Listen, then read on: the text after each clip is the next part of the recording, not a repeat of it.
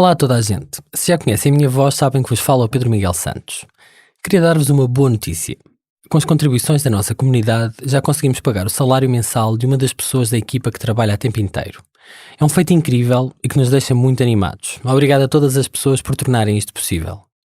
Pode parecer um pequeno passo, mas para nós significa um salto gigante no objetivo de criarmos o primeiro órgão de comunicação social totalmente financiado por quem nos ouve, vê e lê.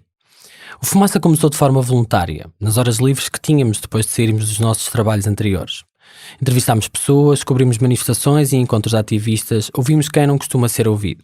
Essas peças permitiram-nos ganhar 2 bolsas de apoio ao jornalismo independente e uma de investigação. A série palestina Histórias de um Piso Ocupado ganhou 2 prémios de cyberjornalismo e o Ricardo Esteves Ribeiro venceu o Prémio Gazeta Revelação 2018 por causa desse trabalho. Depois do grande esforço que foi a cobertura das eleições legislativas de 6 de outubro, vamos agora focar-nos mais em investigação e reportagens. Lançaremos menos peças, mas faremos trabalhos mais complexos.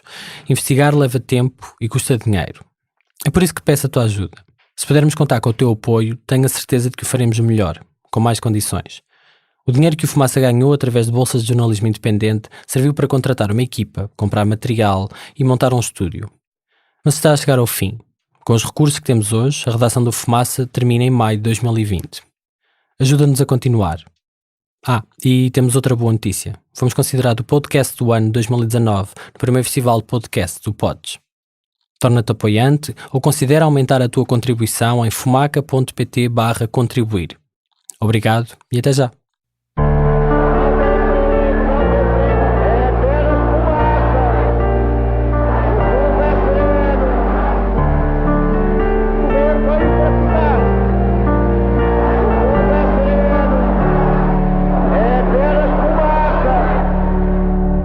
Olá a toda a gente, vamos ouvir uma entrevista que o jornalista Danilo Tomás, que está no Brasil, fez a um outro jornalista e fundador do The Intercept, Glenn Greenwald. As nossas desculpas por um pequeno erro técnico que vão ouvir, uma pequena falha no som a meio da entrevista. Até já! Olá, seja toda a gente bem-vinda ao É Apenas Fumaça, um programa Fumaça onde se fala sobre a sociedade com quem quer falar sobre ela. Eu sou Danilo Tomás e falo aqui do Rio de Janeiro com o jornalista Glenn Greenwald. Nascido nos Estados Unidos, Glenn foi o jornalista responsável por revelar em 2013 os documentos secretos reunidos por Edward Snowden, ex-prestador de serviço da Agência de Segurança Nacional dos Estados Unidos sobre o programa de vigilância interno e global promovido pelo governo dos Estados Unidos. Aos 52 anos, Glenn vive no Rio de Janeiro com o marido, o deputado federal David Miranda, do Partido Socialismo e Liberdade, o PSOL, e os 2 filhos do casal. O jornalista fundou o The Intercept nos Estados Unidos e está à frente do The Intercept Brasil, que recentemente revelou novos arquivos. Desta vez, as conversas do juiz Sérgio Moro, atual ministro da Justiça, com a equipe da Força Tarefa da Lava Jato, na qual, entre outras coisas, instruía a equipe de investigadores e procuradores da operação que prendeu mais de 200 pessoas, entre políticos, empresários, executivos e doleiros, entre eles o ex-presidente Luiz Inácio Lula da Silva. Seja bem-vindo, Glenn. Muito obrigado pelo convite. No dia 9 de junho, o The Intercept lançou uma série de reportagens que mostravam os diálogos do ex-juiz Sérgio Moro, responsável, entre outras coisas, pela condenação em primeira instância do ex-presidente Lula por corrupção dentro do projeto da Lava Jato. Os primeiros áudios divulgados mostraram que o grupo de procuradores responsáveis pela Lava Jato atuou para impedir que o ex-presidente Lula, já preso, concedesse uma entrevista ao jornal Folha de São Paulo, em setembro de 2008, temendo que a entrevista auxiliasse o candidato de seu partido, o Partido dos Trabalhadores, Fernando Haddad.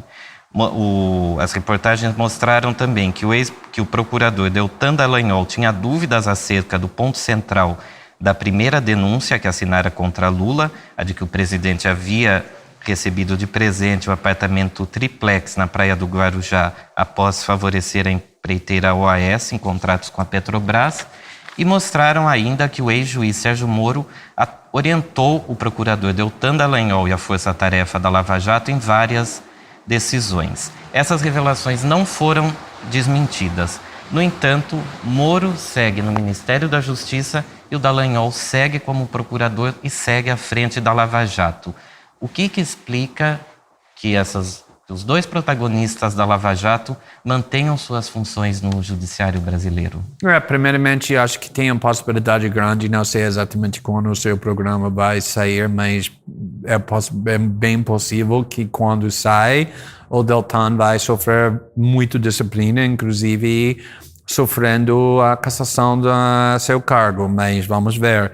Mas, além disso, acho que é importante entender que nos últimos 5 anos, a grande mídia brasileira, quase sem dissidência, um pouco de Folha de São Paulo, mas a única exceção é ela, ficou construindo uma imagem do Sérgio Moro como um super-herói, e também os procuradores da Lava Jato nunca questionando, investigando, denunciando nada que eles estavam fazendo, muito ao contrário, aplaudindo, apoiando, elogiando todas as coisas que eles fizeram. E isso criou uma quase invulnerabilidade, uma imagem pública que era muito forte, uma popularidade bem grande para Sérgio Moro e também a Força-Tarefa da Lava Jato, que não é fácil para destruir depois de 4, 5 meses da reportagem, mas estamos vendo muitas mudanças, como o STF, o Supremo Corte está olhando agora para as decisões do ex-juiz Sérgio Moro, também como a mídia está discutindo o Sérgio Moro e a Força-Tarefa da Lava Jato, e também já tem pesquisas mostrando que a popularidade de todos desceu muito depois da nossa reportagem. Então, tem razão que ainda Sérgio Moro é ministro da Justiça, porque ele é muito importante para o governo. E também o Deltan ainda é o coordenador do Lava Jato para agora, vamos ver o que acontece. Mas o dinâmico e o espírito e a discussão sobre o trabalho do Lava Jato mudou completamente. Agora, apesar dessa queda da popularidade, o Moro se mantém com 54% de popularidade, segundo uma pesquisa recente. Ainda é uma popularidade muito alta. É o dobro da popularidade do presidente. Mas falando que ele é mais popular do que Bolsonaro, não é falando muito, porque Bolsonaro tem muito pouca popularidade, apesar do fato que ele ganhou a eleição. Mas as pesquisas 6 meses atrás, 8, 9 meses atrás, mostrou Moro com 65%, 70% da popularidade. Então, essa queda de 15, 20, 25 pontos é muito. Sim, tem razão. Ainda Sérgio Moro é o ministro mais popular. Por quê? Porque ele é bem conhecido, porque brasileiros com motivos muito válidos e legítimos acham que corrupção é o problema mais grave e mais sério. Todo mundo cansa com essa corrupção sistêmica dentro do sistema político. E o Sérgio Moro era um símbolo da luta contra a corrupção.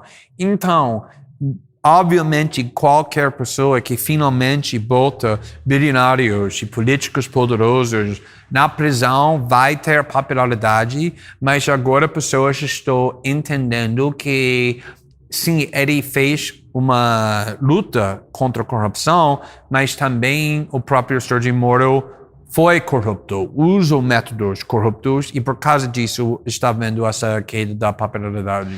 Agora, apesar da simpatia da imprensa, de boa parte da imprensa brasileira pela Lava Jato, a operação já recebia críticas de advogados, juristas e alguns jornalistas por medidas que, na visão dos mesmos, contrariavam o Estado de Direito e o direito de defesa. Uma crítica recorrente era, por exemplo, as prisões preventivas visando a delação premiada. O senhor, em 2017, elogiou a operação afirmando que assistir brasileiros numa jovem democracia colocando seus bilionários na prisão e prendendo políticos de todos os espectros partidários é algo extraordinariamente corajoso, digno de ser homenageado. O senhor, que também é advogado, naquela ocasião não via nada passível de crítica em relação à Lava Jato? Não, muito ao contrário, eu vi várias críticas válidas e eu disse no mesmo discurso que eu fiz do fato que acho que que os procuradores merecem crédito para enfrentando corrupção na parte dos poderosos, que também tem muitas críticas legítimas que existem sobre o trabalho da Lava Jato. E eu, apesar do fato que eu estava defendendo o Lava Jato, eu expressei muitas críticas, inclusive o uso da prisão preventiva, o fato que os procuradores estavam fazendo uma campanha pública contra acusados, alguma coisa que é impensável nos Estados Unidos, também em vários países na Europa. Também o fato que eles estavam manipulando os acusados para pressionar eles para dar as delações premiadas. Também eu estou totalmente contra e denunciei o vazamento do Sérgio Moro em 2016, as conversas privadas entre Lula e Dilma e também só Lula. Então, eu tinha muitas críticas eu estava muito forte com essas críticas, mas eu estava defendendo o trabalho geralmente, falando que no fim das contas é importante essa corrupção, o combate à corrupção, e eu acredito isso até agora. Logo no início da Vaza Jato, veículos tradicionais como a Folha de São Paulo, a revista Veja e o blog do jornalista Reinaldo Azevedo, que é um dos principais críticos da Lava Jato, estabeleceram parcerias com o do Intercept e desde então vocês vêm apurando juntos e publicando. O senhor temia que as denúncias fossem ignoradas por vir de um veículo considerado por alguns como de esquerda? Eu usei a mesma estratégia durante a reportagem do Snowden, porque eu sabia naquela época que ia ser muito perigoso se o governo dos Estados Unidos conseguiu isolar eu e Laura Poitras, jornalistas independentes, e nós separar a gente da mídia tradicional. Assim seria muito mais fácil criminalizar nossa reportagem. Isso foi um dos motivos porque nós trabalhávamos com os grandes veículos da mídia, inclusive vários veículos que eu critiquei duramente antes disso. Mas também eu acho que quando você é um jornalista, o motivo que você tem que ter é pensar sobre como você pode maximizar o impacto do seu jornalismo. Se o seu jornalismo não tivesse impacto, para mim não é um bom jornalismo. O jornalismo é sobre mudando a sociedade. Então, se nós simplesmente se isolamos com veículos da esquerda e não trabalhamos com veículos da direita, veículos muito mainstream, do establishment, que estavam apoiando Moro, acho que seria uma erro estratégica muito grande, porque o impacto seria muito menor e também podemos ser acusados que isso é uma causa da esquerda. Eu não queria essa percepção que isso era uma causa da esquerda, porque para mim não é uma causa da esquerda. Essa obrigação de um juiz para ser neutro, ser objetivo, manter equidistância entre os procuradores e acusados, não tem uma ideologia. Eu sabia, se eu não trabalhasse com vários veículos, com várias ideologias, seria muito fácil acusar a gente de fazer política de esquerda. É isso que eu queria evitar. De todo modo, há essas críticas ainda, ou não, com relação ao senhor? Desculpa? De todo modo, há essa crítica com relação ao senhor? O senhor considera ou não? Não, acho que, na realidade, eu acho que pessoas, a esquerda brasileira, com certeza os petistas e as pessoas que apoiam Lula entendem e apoiam muito nossa estratégia nesse aspecto, porque eles entendem muito bem se essa reportagem ficasse isolado de esquerda, vai ter muito menos impacto do que está tendo. Num evento recente em São Paulo, o senhor afirmou que os vazamentos são o futuro do jornalismo.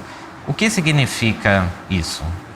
Na realidade, para mim, isso é uma das coisas mais importantes que o Wikileaks e Julian Assange fez para perceber que na época digital, ou época do internet, quando as instituições mais poderosas estão mantendo a informação na forma digital, é muito mais fácil vazar informação na quantidade enorme. É muito mais fácil do que antes da internet, quando você tem que copiar uma página depois da outra. Agora é bem fácil para copiar uma quantidade enorme da informação e depois passa isso para jornalistas ou um veículo da mídia.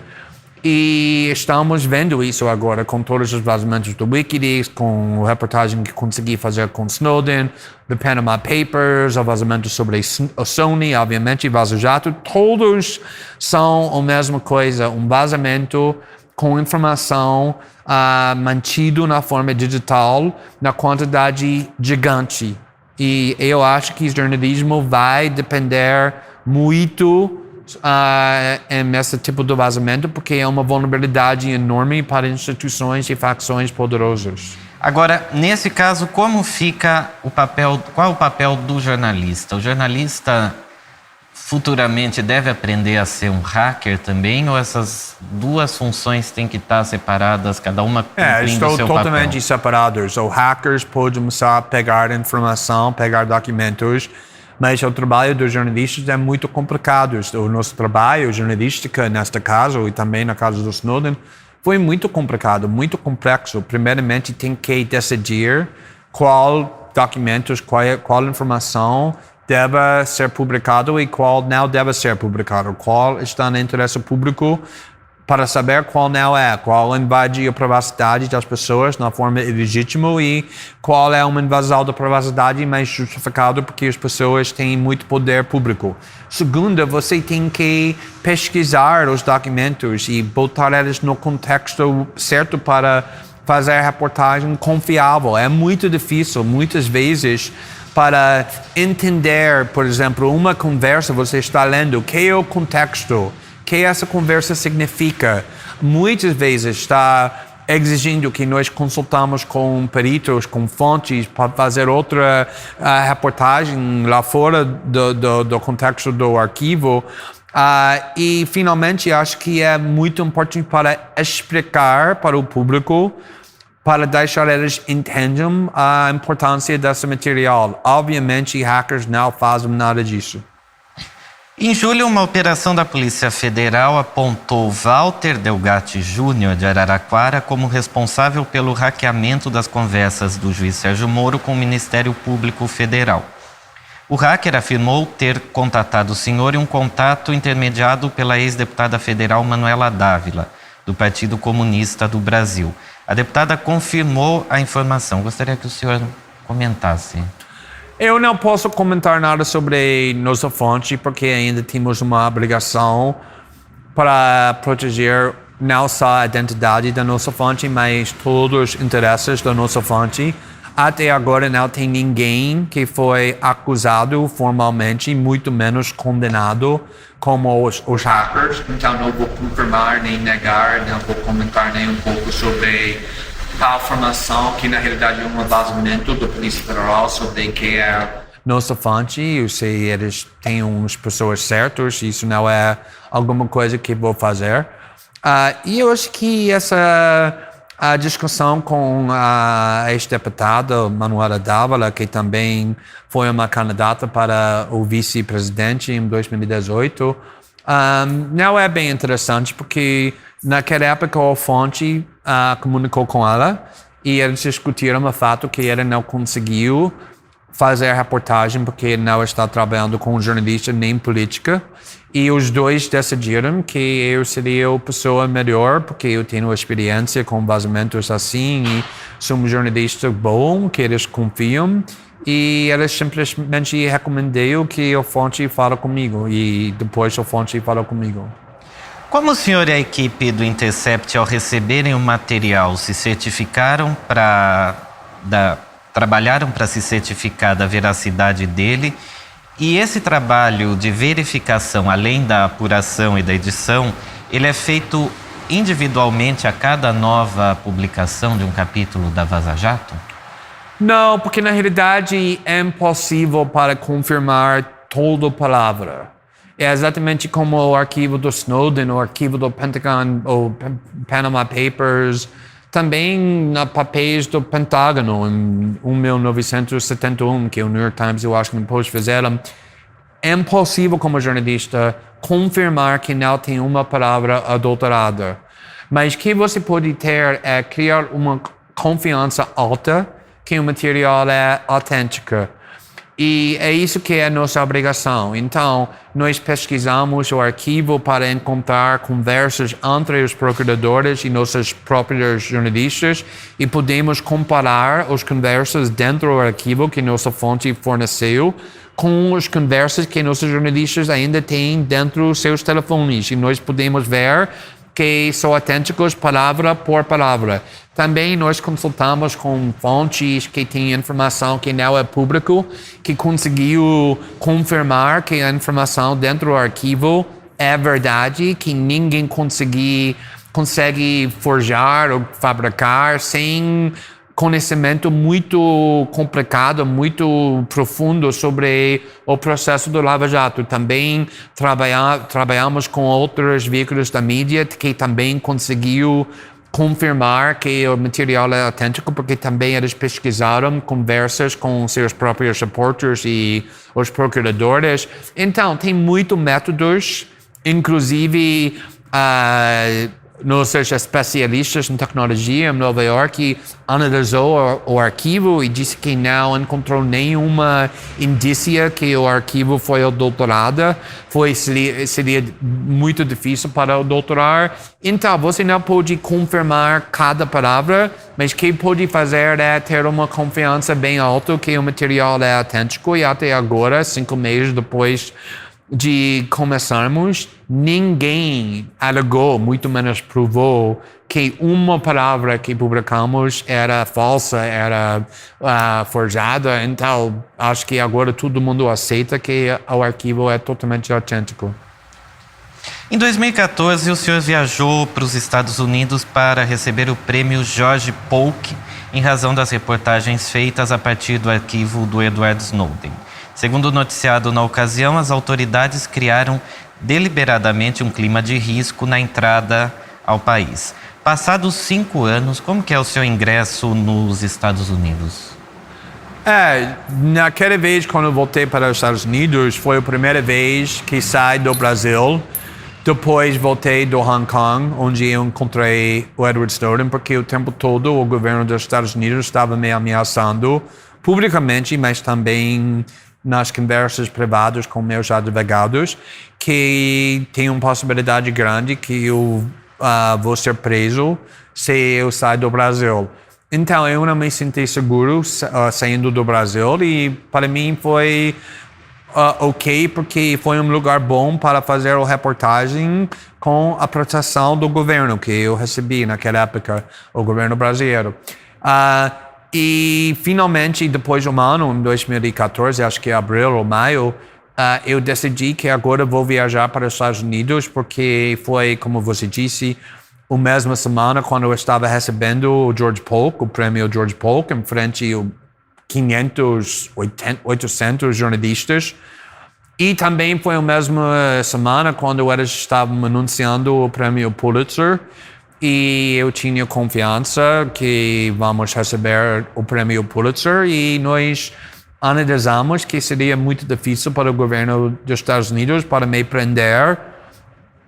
Quando o sala cheia com jornalistas estava me esperando para chegar para receber um prêmio para jornalismo investigativo e também quando provavelmente ia ganhar o Pulitzer. Seria muito difícil para o governo no futuro dos Estados Unidos denunciar outros países para atacando, perseguindo jornalistas quando eles prenderam um jornalista que está recebendo todos os prêmios jornalísticos. Foi uma aposta, mas foi um risco grande, mas consegui entrar nos Estados Unidos naquela vez. Depois disso, não tinha problemas entrando depois. E quando o senhor vai aos Estados Unidos, hoje o senhor se sente Agora seguro? Tudo tranquilo. O senhor afirmou em 2014 por ocasião do Snowden, que o Brasil e a Alemanha têm a obrigação de proteger o Snowden porque ele protegeu a liberdade de informação desses países. O exílio ao Snowden acabou por ser concedido pelo governo da Rússia, onde o Snowden vive há 5 anos. Como você avalia a postura dos dois países neste caso, em especial o Brasil? Sinceramente, acho que merece muito crítica, porque exatamente como eu disse várias vezes, o Snowden sacrificou a sua própria liberdade e também arriscou a vida dele, não só para proteger a privacidade dos norte-americanos, mas os cidadãos em vários países que os Estados Unidos estavam espionando, inclusive, principalmente o Brasil e a Alemanha, mas também França, também a Espanha, também outros países em Europa. E acho que é muito lamentável que os mesmos países que receberam os benefícios do sacrifício e os riscos do Snowden nunca fez nada para proteger ele de punição e perseguição do governo norte-americano, como eles foram obrigados para tratados, para as leis, para éticas. E talvez eles estavam pensando que agora ele tem asilo na Rússia e não vale a pena para criar um conflito com o governo mais poderoso no mundo, o governo dos Estados Unidos. Não sei o que eles estão pensando. Provavelmente eu acho que a Rússia vai continuar oferecendo a ele asilo, mas isso não deveria ser uma desculpa para outros países fugir sua obrigação legal e ética. Que relações o senhor mantém hoje com o Snowden? Eu falo com ele com frequência. Nós criamos juntos com nosso colega Laura Poitras, com Daniel Ellsberg, que foi a fonte que vazou os papéis do Pentágono, e outras pessoas, uma organização para defender a liberdade da imprensa. Então, temos reuniões com essa organização, mas também eu falo com ele porque ele é meu amigo. Passamos para uma experiência muito difícil, muito importante na nossa vida, estamos muito conectados e eu me importo sobre o bem-estar dele e ele está fazendo muito bem. Eu visitei ele 2 vezes na Rússia, provavelmente vou fazer isso de novo, mas nós falamos com frequência. No epílogo do seu livro Sem Lugar para se Esconder, Edward Snowden, a NSA e a espionagem do governo americano, lê-se no final: na nossa primeira conversa online, Edward Snowden disse-me que tinha apenas um receio, que suas revelações fossem recebidas com apatia e indiferença, pois isso significaria que ele tinha abdicado da sua vida e arriscado ser preso em vão.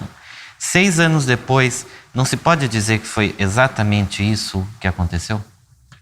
Olha, acho que quando estávamos em Hong Kong, e também antes disso, quando estávamos conversando pela internet, nós estávamos presumindo que ele ia ser preso nos Estados Unidos, numa prisão com segurança alta, acusado de arriscar a segurança nacional dos Estados Unidos e provavelmente vai ficar lá décadas, 30, 40, 50, talvez o resto da vida dele. Em comparação com nós estávamos esperando, a vida dele é muito livre, muito tem um propósito. Ele acabou de publicar um livro, ele consegue fazer entrevistas, ele faz palestras e discursos no mundo todo, obviamente pelo vídeo. Ele não pode sair da Rússia, mas a Rússia é um país muito grande, com uma cultura, história muito linda, muito interessante, muito profunda. E também ele casou com a namorada dele, agora ele é casado com a namorada com que ele está morando na Rússia. A vida dele é muito bom. E eu acho que sim, ele obviamente perdeu a liberdade para voltar para seu próprio país, ele arriscou muito, mas por outro lado ele fez muito coisas boas para o mundo. Ele mudou completamente a discussão sobre privacidade e ele ensinou milhões de pessoas para usar criptografia, que está deixando muito mais difícil o governo dos Estados Unidos para espionar contra várias populações. Também todo mundo está pressionando o Facebook e Google e outras empresas para proteger a privacidade. Acho que essas mudanças são cruciais, fundamentais, e eles estão muito felizes com a escolha dele. Agora, na China, por exemplo, está em curso um plano para avaliar o comportamento social das populações e fazer entrar em vigor já em 2020 um sistema de crédito social que premie ou castigue as ações que o Estado considere boas ou más, com consequências diretas na vida das pessoas, assim, mas que haja pressão é um risco que não... Obviamente, a reportagem do Snowden, o vazamento do Snowden, não consertou tudo. E eu acho que coisas que a China está fazendo, coisas que o Facebook já fez depois, nossa reportagem, está mostrando exatamente porque ele fez o que ele fez, porque nessa época da internet está levando perigos e riscos grandes para como nós vivemos, como nossas vidas vão ser, quais direitos nós vamos ter, qual privacidade é possível, como essa tecnologia pode ser usada para governos, para empresas, para nós controlar. Todas essas questões estão mostrando da importância da reportagem do Snowden. 3 fontes do arquivo Snowden, Hewlett Weiner, Terry Albury e Daniel Hale, estão presas acusados do vazamento de documentação oficial, o que levou o The Intercept a sofrer críticas, como a do repórter Brenton Gellman, que classificou o caso como uma catastrófica falha na proteção da fonte. O que mudou no The Intercept após esse caso e como as fontes podem se julgar protegidas? Nós falamos para todas as fontes que vazando informação segreda sempre tem riscos. Mesmo se você faz tudo certo para maximizar sua segurança, nunca pode ter certeza que não vai ser detectado, que não vai ser pego.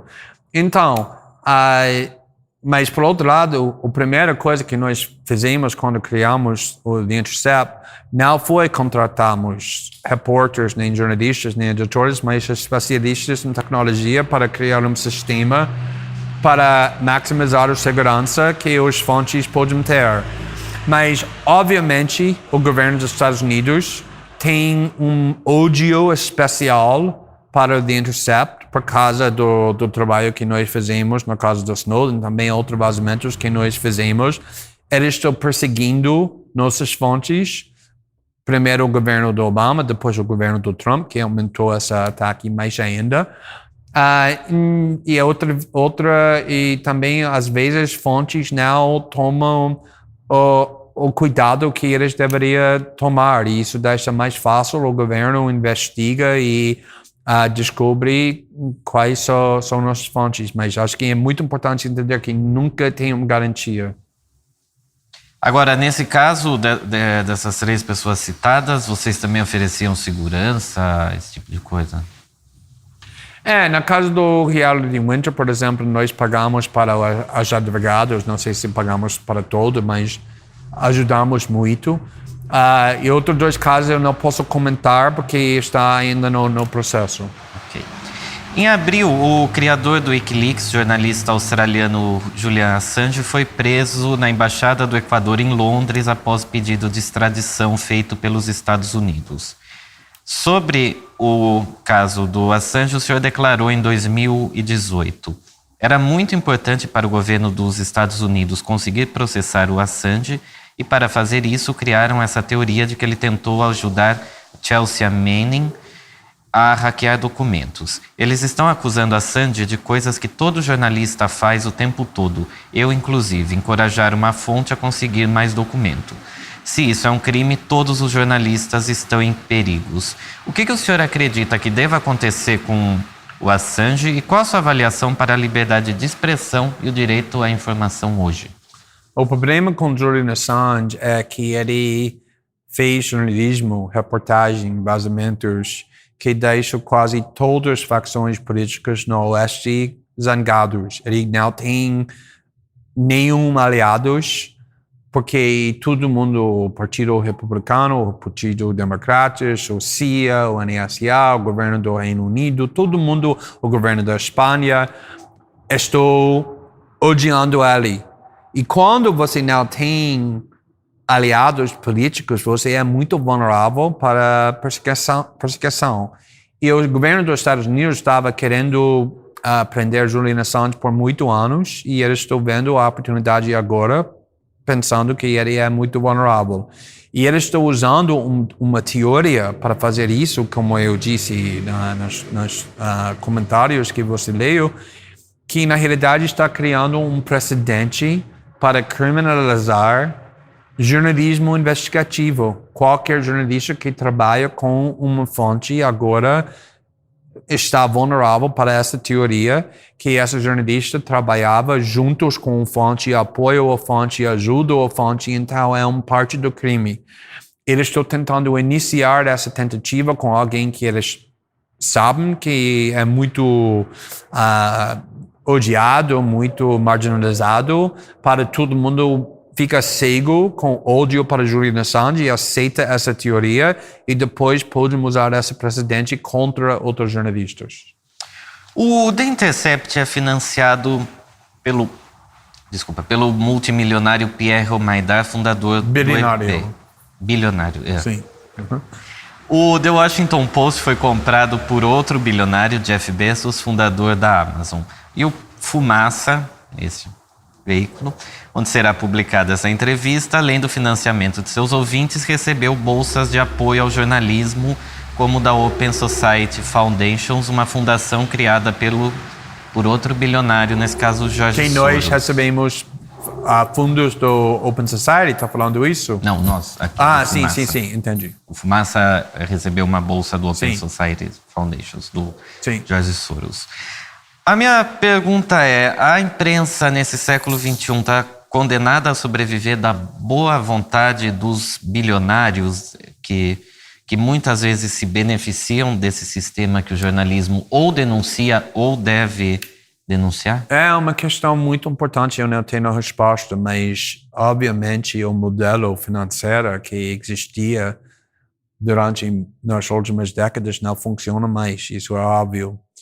Então, a questão é como os veículos da mídia, que precisam muito repórteres, muitos jornalistas, muitos editores, muita tecnologia, muito gastos para viajar, para investigar, muitos advogados, tudo para enfrentar facções e instituições poderosas, podemos sobreviver na questão perspectiva financeira.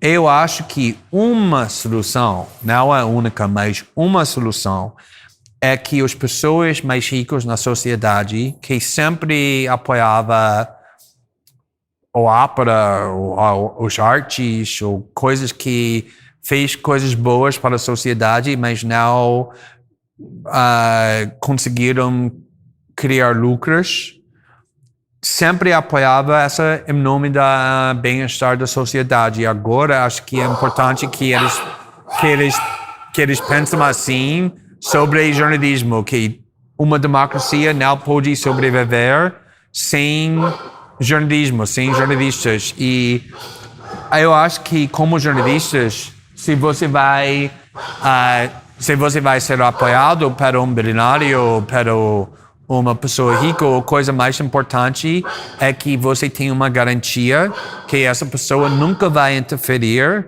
no seu jornalismo. Nós recebemos essa garantia em 2013 e o Omidyar sempre manteve seu compromisso. Ele nunca interferiu nem um pouco no nosso processo editorial. Assim, esse modelo pode funcionar, mas o perigo é óbvio que os bilionários financiando um veículo da mídia não vai querer financiar veículos que está fazendo contra seus próprios interesses. Então, esse modelo não é perfeito. Agora, hoje em dia, além da questão do modelo de negócio não funcionar mais, a imprensa não é mais vista como aquela instância de mediação, como ela era antigamente. Hoje ela é vista como parte da disputa política, pelo menos por uma boa parte das pessoas. Como que o senhor vê o papel do jornalismo hoje e se o senhor acha que ele também contribui para essa polarização política que a gente vê aqui no Brasil, mas vê também nos Estados Unidos? Na realidade, eu sempre olhava como jornalismo não como uma arte, uma ciência que tem que ser neutro, o objetivo. Eu acho que jornalismo é uma ferramenta que qualquer cidadão pode usar para lutar em defesa uma causa política ou contra uma injustiça. Então, eu acho que a jornalismo, quando se torna uma profissão e abraçou essa ideia que jornalistas têm que ser neutro, têm que ser objetivo, quase fez autodestruição, porque isso é baseado em uma mentira, que jornalistas não têm opiniões políticas, que jornalistas não têm um lado ou outro. Acho que é muito importante que jornalistas sejam honestos sobre suas opiniões políticas e assim pessoas vão acreditar muito mais em nosso trabalho se não estamos vendendo uma fraude, uma mentira sobre quem nós somos. Acho que o problema é isso. Durante o ano passado, no Brasil, mais de 150 jornalistas foram ameaçados por razões políticas ou eleitorais, segundo um levantamento feito pela Associação Brasileira de Jornalismo Investigativo. Mais de 70 casos são de agressões físicas. Entre as agressões em redes sociais está o caso da repórter Patrícia Campos Melo, da Folha de São Paulo, que revelou uma rede de disseminação de notícias falsas no WhatsApp, financiada por apoiantes da campanha de Jair Bolsonaro. O senhor também, na ocasião, eu me lembro, foi vítima de uma notícia falsa do portal R7 que afirmou que o senhor criou o The Intercept para colaborar com a carreira política do seu marido, o deputado Davi Miranda. Além de outras questões, como os ataques que a sua mãe recebeu pelo Twitter, a sua mãe que está doente. No Brasil, o jornalismo se tornou uma profissão de risco? Muito. Na realidade, o perigo mais intenso é que, desde o começo, o Sérgio Moro, o ministro da Justiça para Bolsonaro, usou o tempo todo a linguagem para criminalizar nosso jornalismo, nunca chamando nós de jornalistas, mas sempre aliados dos hackers para tentar criar uma ideia que estávamos participando no crime. E também o próprio presidente da República, Jair Bolsonaro, usou meu nome explicitamente 3 vezes consecutivas, falando que eu deveria ser preso, que meu casamento e nossa adoção dos 2 filhos era fraude para fugir a uma lei da deportação, coisas malucas, mas a ideia era impulsionar seus seguidores fanáticos para me atacar, que estava acontecendo 4 ou 5 meses, aconteceu com outros jornalistas.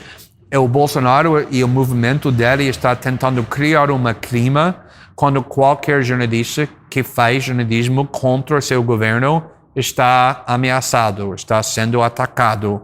E, obviamente, isso estou falando com experiência pessoal. O senhor e o deputado Davi Miranda hoje têm segurança fornecida pela Polícia Legislativa? O meu marido David, como deputado federal que está sendo ameaçado, tem segurança armado que é fornecido pela Câmara dos Deputados, mas eu tenho segurança particular que é pago pela nossa empresa da mídia. Okay. Glenn, uma última pergunta. Em 2014, você participou da Flip na programação principal. Eu trabalhava na Flip nessa ocasião, me lembro. E eu me lembro que foi uma estadia muito tranquila e tudo. 5 anos depois, você foi convidado para participar de uma programação paralela e foi preciso quase um esquema de guerra para garantir a sua participação e ainda assim houve protestos, rojões, tentativa de impedir a fala do senhor e tudo. O que esses 2 momentos, essas 2 flips falam do Brasil?